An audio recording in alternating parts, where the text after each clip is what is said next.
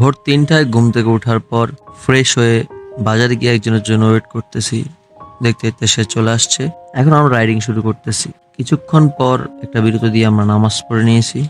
নামাজের পর বারইয়ের হাটের পরেই আমরা একটা হোটেলে সকালের নাস্তা করে নিয়েছি।